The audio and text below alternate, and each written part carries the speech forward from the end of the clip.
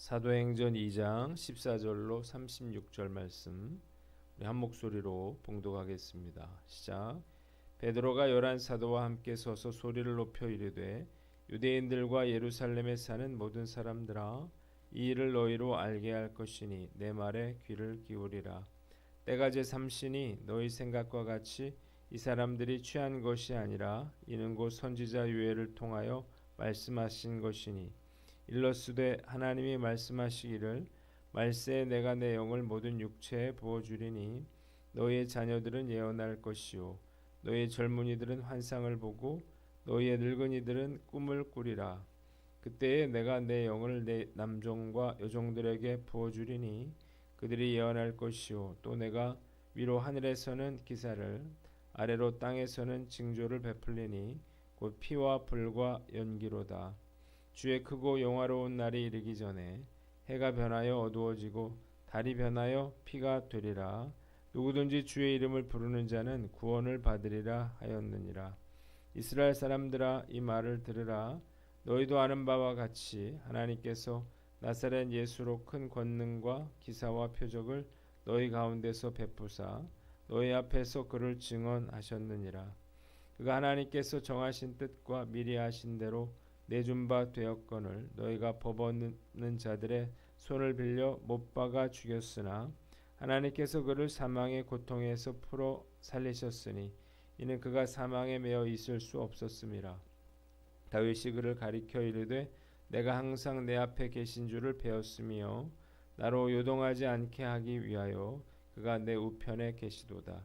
그러므로 내 마음이 기뻐하였고 내 혀도 즐거워하였으며 육체도 희망에 거하리니 이는 내 영혼을 음부에 버리지 아니하시며 주의 거룩한 자로 썩음을 당하지 않게 하실 것이미로다. 주께서 생명의 길을 내게 보이셨으니 주 앞에서 내게 기쁨이 충만하게 하시리로다 하였으므로 형제들아 내가 조상 다윗에 대하여 담대히 말할 수 있노니 다윗이 죽어 장사되어 그 묘가 오늘까지 우리 중에 있도다.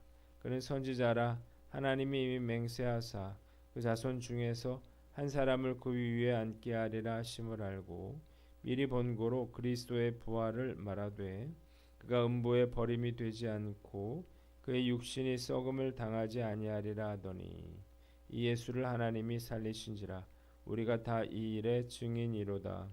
하나님의 오른손으로 예수를 높이심에 그가 약속하신 성령을 아버지께 받아서 너희가 보고 듣는 이것을 부어 주셨느니라.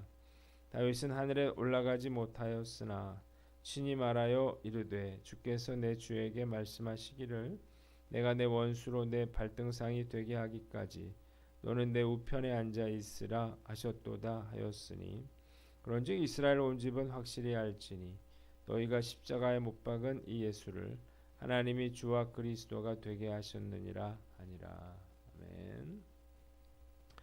오늘은 사도행전 2장 말씀을 가지고 주와 그리스도가 되신 예수님이라고 하는 제목으로 묵상 나눔하도록 하겠습니다. 베드로는 무리들에게 성령 강림은 구약 예언의 성취이며 부활하며 승천하신 예수께서 주와 그리스도가 되어 성령을 보내주신 사건이라 이렇게 말을 합니다. 한번 따라해 봅시다. 베드로의 오순절 설교.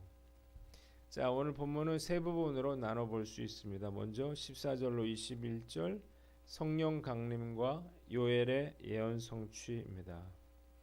베드로는 군종들 앞에 서서 먼저 오순절 사건에 대하여 변증을 해요. 제자들이 술에 취한 것으로 오해한 사람들에게 지금이 아침 9시인데 과연 누가 술에 취했겠느냐는 것입니다. 베드로는 이 일이 요엘 선지자에게 주셨던 성령 임재에 관한 예언이 온전히 성취된 결과라 이렇게 말을 해요. 그리고 17절 마지막 날에 하나님께서 성령을 부어주시면 사람들은 예언을 하고 환상을 보고 꿈을 꾸게 될 것이며 하늘에서는 기이한 일이 땅에서는 표적을 보게 될 것이었습니다. 주의 영화로운 날이 오기 전에 해는 어둠이 되고 달은 변하여 피가 될 것이었어요. 그러나 누구든지 주의 이름을 부르는 자는 구원을 얻게 될 것이었습니다. 두 번째는 22절로 32절인데요. 예수의 부활과 다윗의 예언 성취에 관한 내용입니다. 이어 베드로는 예수님이 행하신 큰 이적과 무고한 죽음, 무엇보다 부활의 확실성에 대해서 증거합니다. 그리고 25절 예수님의 부활을 확증하는 또 하나의 증거로 시편 16편을 제시하는데 다윗의 고백은 예수님의 부활의 소망에 대한 고백이자 장차 죽음의 권세를 이기실 메시아에 대한 그러한 예언이라는 것입니다. 하나님께서 예수를 살리셨으며 자신들이 바로 이 일에 대한 증인이라고 담대하게 선포하고 있습니다. 33절로 36절은 성령 강림과 예수님의 부활에 대한 내용인데 또한 베드로는 하나님께서 예수를 하나님의 오른편에 앉게 하시고 그들이 보고 듣고 있는 것처럼 성령을 부어주셨다 이렇게 말합니다. 부활하신 예수께서 아버지께로부터 받은 성령을 부어주신 결과로 지금 이러한 오순절 성령의 역사가 일어났다는 거예요. 베드로는 이스라엘 백성들이 십자가에 못 박아 죽인 예수님을 하나님께서 주님과 그리스도가 되게 하셨다 이렇게 결론짓고 있습니다. 본문에 우리에게 주는 교훈이 있는데 첫 번째로 예수님이 그리스도라고 하는 사실을 확신하라는 거예요. 한번 따라 봅시다. 예수님이 그리스도라는 사실을 확신하라. 자, 성령 받은 베드로가 가장 먼저 깨달은 것은 예수님이 바로 그리스도라고 하는 것입니다. 오직 예수님으로만 구원받는다는 사실을 알게 된 거예요. 예수님 이외에 그 어떤 것으로도 구원받을 수 없습니다. 예수님만이 우리를 죽음의 권세로부터 자유케 하실 수 있고 우리에게 영생을 주실 수 있고 절망에서 희망으로 바꾸어 주실 수 있는 것입니다. 모든 성경 내용은 바로 예수께서 그리스도이심을 증거하고 있죠. 그래서 하나님을 믿는 자들이라면 반드시 예수님이 그리스도라고 하는 사실을 확신해야 하는 것입니다. 예수님이 어떤 분인지를 아는 것 정말로 중요하죠. 예수님이 십자가에 달려 죽으셨을 때 불불이 흩어졌던 제자들이 죽음도 두려워하지 않는 증인이 된 것은 성령이 충만하여 그들이 예수님이 그리스도라고 하는 사실을 확신하게 되었기 때문입니다. 저도 마찬가지죠. 예수께서 저의 구원자가 되심으로 부활을 누리게 될 거라고 하는 확신이 있다면 어떤 어려움도 환난도 고통도 이겨낼 수가 있을 것입니다. 또한 예수께서 그리스도라고 하는 사실을 확신할 때 복음의 증거자가 될 수 있습니다. 어떤 사람이 전도를 잘할 수 있을까요? 복음에 대한 예수님이 그리스도라고 하는 그 확신이 있는 사람이에요. 사도 바울이 위대한 전도자가 된 것은 오직 예수 이름이 아닌 다른 이름으로서는 구원을 받을 수 없다고 하는 사실을 그가 확신하고 있었기 때문입니다.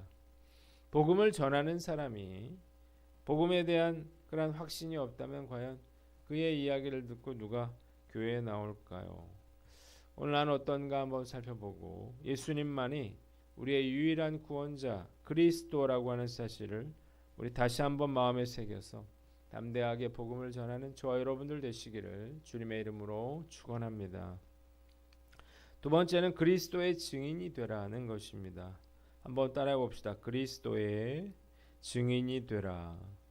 자, 베드로는 십자가에 달려 죽으신 예수를 하나님께서 살리셨으며 이 일에 대해서 자신들이 증인이라 이렇게 말하고 있습니다. 증인이란 무엇인가요? 증인은 본 것을 말하는 사람이에요. 목격자를 말합니다. 차를 타고 다니다 보면 큼직한 그러한 현수막들을 보게 됩니다.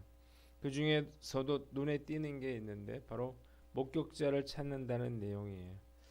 여기서 이 지점에서 몇 날 몇 시에 교통사고 현장을 본 목격자를 찾는다는 거예요. 그 내용이 너무 간절하죠. 그리고 누군가 그 현장을 본 목격자가 나타나서 증언을 해준다면 고마움은 물론 현상금으로 얼마를 후사하겠노라 이렇게 적혀 있습니다. 증인이란 이렇게 어떤 사건을 친히 본 사람을 말합니다. 만약 우리가 누군가 사람을 치고 도망가는 그러한 뺑소니 차량을 봤다고 해봐요. 차에 친 사람이 억울하게 죽었다면 어떻게 해야 될까요? 현상금이 아니더라도 마땅히 경찰에 신고하여 그 억울한 죽음을 풀어 주어야 할 것입니다. 마찬가지로 우리는 반드시 그리스도의 죽으심과 부활하심에 대해 증인이 되어야 하는 거예요. 그런데 증인이라고 하는 말은 순교자라고 하는 말과 어원이 같습니다. 기독교를 핍박하던 시대에 그리스도를 증거하는 일은 곧 죽음을 의미하는 것이었기 때문이에요. 그럼에도 수없이 많은 사람들이 그리스도를 증거하다가 목숨을 잃었는데 왜 그랬을까요? 그들이 직접 보고 들은 일에 대해서 말하지 않을 수가 없었기 때문입니다. 2000여 년이 지난 지금 우리에게 복음이 전해진 것은 바로 예수님의 죽으심과 부활하심을 직접 눈으로 본 사람들의 생생한 증언 때문입니다. 만일 여러분이 누군가 살아계신 예수님의 놀라운 은혜를 경험했다면 그는 자신이 받은 은혜를 다른 사람에게 증거할 증인으로서의 책임이 있는 것입니다. 비록 그것이 기쁜 일이든 즐거운 일이든 슬프고 마음 아픈 일이든 상관없는 일이죠. 자신이 경험한 예수님에 대해서 증인의 역할을 감당해야 하는 것입니다. 복음은 인간을 영적 어둠의 지배자인 사탄의 권세 아래서 해방시켜주고 또 하나님의 자녀가 되게 하는 놀라운 능력입니다. 지금도 수없이 많은 사람들이 복음의 능력으로 죽음에서 생명으로 회복되고 있다는 거예요. 저 역시 복음의 능력으로 변화된 수많은 사람들을 직접 눈으로 보았는데 전하면 복음을 듣고 돌아오는 사람이 있다는 사실을 믿으시기를 바랍니다. 우리가 이걸 확신하고 우리의 생명이 다하는 날까지 그리스도의 증인으로 사명 감당하는 저와 여러분들 되시기를 주님의 이름으로 축원합니다. 마지막으로 성령으로 충만하라는 것입니다. 한번 따라해 봅시다. 성령으로 충만하라. 자, 제자들은 술에 취한 게 아니었죠. 성령으로 충만한 것이었습니다. 이것은 또한 우연히 일어난 사건이 아니라 선지자들의 예언의 성취였습니다. 그런데 이 제자들이 성령을 받은 것이 놀라운 이유는 사실 구약에서 이 하나님의 영은 창조의 능력이고 왕이나 예언자 또 제사장이라든지 특별한 사사 같은 그러한 인물들에게만 부어졌던 그러한 특별한 능력이었습니다.